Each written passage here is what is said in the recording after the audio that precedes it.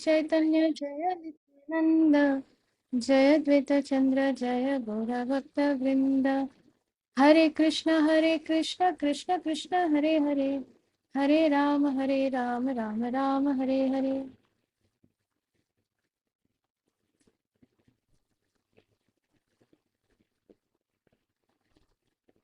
So we read till this part that one who worships the Supreme Lord need not worship the demigods, for the Supreme Lord is at once fixed in one's heart. Lord Chaitanya Mahaprabhu distinguished Srimad Bhagavatam from all the other Purans by recommending it as the spotless Puran. The transcendental message is received through the ears by the method of submissive hearing. A challenging attitude cannot help one receive or realize the transcendental message. Therefore, in the second verse of Srimad Bhagavatam, the word sushrushu is used.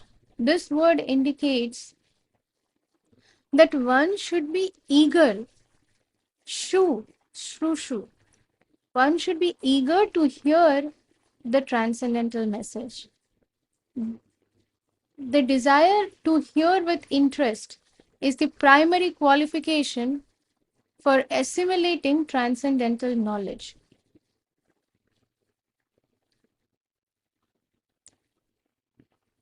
So when we hear, we can have different reasons for hearing something. Listening is one thing. Listening means that, okay, I'm listening, I'm just collecting the data. And hearing is when that goes deep in the heart and we understand and then we try to practically apply. That is hearing. Now, the desire to hear with interest, that is the primary qualification for assimilating transcendental knowledge. Unfortunately, few people are interested in patiently hearing the message of Srimad Bhagavatam. The process is simple, but the application is difficult. It is simple, the process is simple, but its application is difficult. Those who are unfortunate will find time to hear ordinary social and political topics and all sorts of idle talks. You see, they will sit in the garden, they will chit chat, they will watch many political news, other serials, web series, movies, etc. etc. But if you ask them to come for a 15-minute class, oh, I don't have time and I'm very busy. So they are called, they are being called or referred here as unfortunate. They will have time to hear all the ordinary social, political topics, all sorts of idle talks, what Ambani did. Have you seen how the son got married? Wow. But when they are invited to join an assembly of devotees to hear Srimad Bhagavatam, they are reluctant to attend. Or they will indulge in hearing portions of Srimad Bhagavatam they are unfit to hear. So if they are invited to hear Srimad Bhagavatam, they will not be interested. And even if they show some interest, it will be towards only those parts which actually they are not fit to hear. That means because those parts, why it is interesting them, because they are comparing, they are taking it in the mundane sense of this material world, therefore they are finding interest in it, therefore they are unfit to hear those topics. Professional reciters of the Bhagavatam indulge in reciting the portions dealing with the confidential pastimes of the Supreme Lord. These portions to be appear to be mundane sex literature. Just like people these days, they read novels. So people who are unfit to hear these topics, they will find it as good as those novels, and therefore they will find a lot of interest in it. Srimad Bhagavatam is meant to be heard from the beginning, and those who are fit to assimilate the messages of Bhagavatam are mentioned in the very beginning, Srimad Bhagavatam 1.1.2. The bona fide audience fit to hear Srimad Bhagavatam. Just 1 minute, there's a message. Okay, I thought my voice is not clear again. The bona fide audience fit to hear Srimad Bhagavatam consists of those who have performed many pious deeds. Previously, also, we have heard that the devotees who are engaging in devotional service means that they have already done all the pious activities and austerities and everything needed in order to come to this point where they start devotional practice. And the other is kripa, that maybe somebody has not done anything and they are just because a pure devotee glanced upon them and took mercy, therefore they have jumped from that position into devotional service. So the bona fide audience who are fit to hear Srimad Bhagavatam consists of those who have performed many pious deeds. But any intelligent person, by thoughtful discretion, can come to believe in the assurances of the great sage Srila Vyasadeva, and they can patiently hear the messages of Srimad Bhagavatam in order to realize the Supreme Personality of Godhead directly.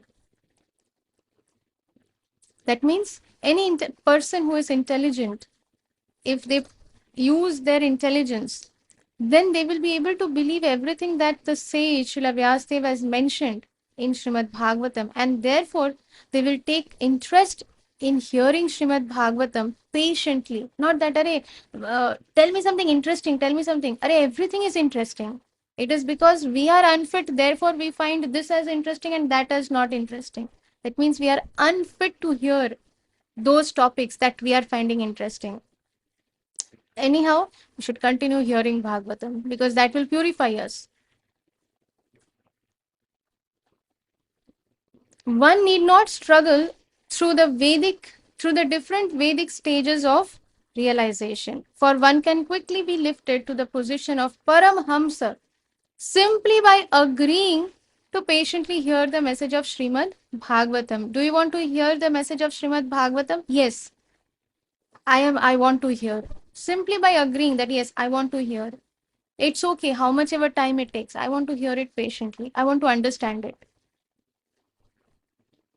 Such a person can quickly be lifted to the position of Paramhamsa. The sages of Naimisharanya told Suta Goswami that they intensely desired to understand Srimad Bhagavatam. That was their qualification. They were hearing from Srila Suta Goswami about Lord Krishna, the Supreme Personality of Godhead, and they were never satiated by these discussions. They were always, tell us more. They were asking relevant questions. Okay, you mentioned about this. What happened after that? Why did this particular thing happen? Can you tell us in detail? So they were asking relevant questions, and they were never satiated. They were never thinking that bahut ho gaya, bas abhi bas. Now we are feeling hungry. No, their hunger, their thirst, everything was being satisfied simply by hearing Srimad Bhagavatam from the lotus lips of Sri Suta Goswami. People who are really attached to Krishna never stop wanting to hear more and more about him. Lord Sri Chaitanya Mahaprabhu therefore advised Prakashananda Saraswati, always read Srimad Bhagavatam and try to understand each and every verse. Then you will actually understand the Brahma Sutra or the Vedanta Sutra.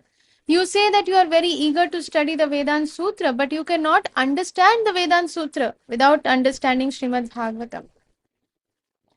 Lord Chaitanya Mahaprabhu is saying this to Prakashananda Saraswati. Now see, previously, Lord Sri Chaitanya Mahaprabhu, he was begging forgiveness from Prakashananda Saraswati. He was glorifying Prakashananda Saraswati. But now, when somebody comes is situated in the right constitutional position, with the right mindset, what happens? Lord accepts them as their very own. And when Mahaprabhu accepts us as one of his own, then the advices will come. then the chastisement will come as and when required. If it is not coming, if we are only getting glorification, that means we have not still entered that zone. But if chastisement is coming, we should be very happy. Of course, doesn't mean that we should not desire that I want to get more chastisement. Our desire should be we want to become qualified disciple of our spiritual master, um, and we want to please Mahaprabhu. Now, in that process, if Mahaprabhu and Guru, if they want to give chastisement, yes, then we want it. So here Mahaprabhu is now saying to Prakashananda Saraswati that you are saying that you are very eager to study the Vedanta Sutra. But you cannot understand the Vedanta Sutra without understanding Srimad Bhagavatam. Actually, this line is very, very relevant because just day before yesterday, I was hearing from His Grace Adi Gadadhar Prabhu, and Prabhu is reading at present. We are reading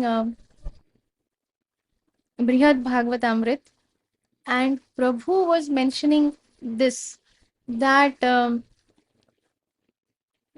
somebody may read Srimad Bhagavatam and Sri Chaitanya Charitamrit, but in Brihad Bhagavatamrit, the explanations that are not given in Bhagavatam and in Sri Chaitanya Charitamrit, that hidden secret is being given by Sri Sanatan Goswami in Brihad Bhagavatamrit. So Prabhu was saying that, see, if somebody just tries to read Srimad Bhagavatam, who is not a devotee in the Gaudiya Sampradaya, who has never read Sri Chaitanya Charitamrit, they will not understand Srimad Bhagavatam because they will not be able to get the essence of Srimad Bhagavatam. When somebody reads Sri Chaitanya Charitamrit, then that Srimad Bhagavatam becomes even more clear. So, like that, Mahaprabhu is telling that Vedanta Sutra will never be revealed unless somebody understands Srimad Bhagavatam. He also advised Prakashananda Saraswati to always chant Hare Krishna, Krishna Krishna, Hare Hare, Hare Rama, Ram Rama, Hare Hare. By doing this, you will very easily be liberated. You want liberation, you will be easily liberated. Just chant this Hare Krishna, Krishna Krishna, Hare Hare, Hare Rama, Ram Rama, Hare Hare. After liberation, you will be eligible to achieve the highest goal of life, Krishna Prem, love of Godhead. So like that, Mahaprabhu continues speaking to Prakashananda Saraswati, which Krishna willing we'll continue reading tomorrow. So thank you very much for your very kind association. Vanchakalpatrubhyascha kripa sindhubhya eva cha patitanam pavanebhyo vaishnavebhyo namo namah. अनंत कोटि वैष्णव वृंद की जय। श्री श्रीमद शीला जय पताका स्वामी गुरु महाराज की जय। जगत गुरु श्रीला प्रभुपाद की जय। Teachings of Lord Chaitanya book reading की जय। गौरांग कुटी भक्त वृंद की जय। निताई गौर प्रेमानंदे हरि हरि हरि बोल। श्री श्यामा करण नमः।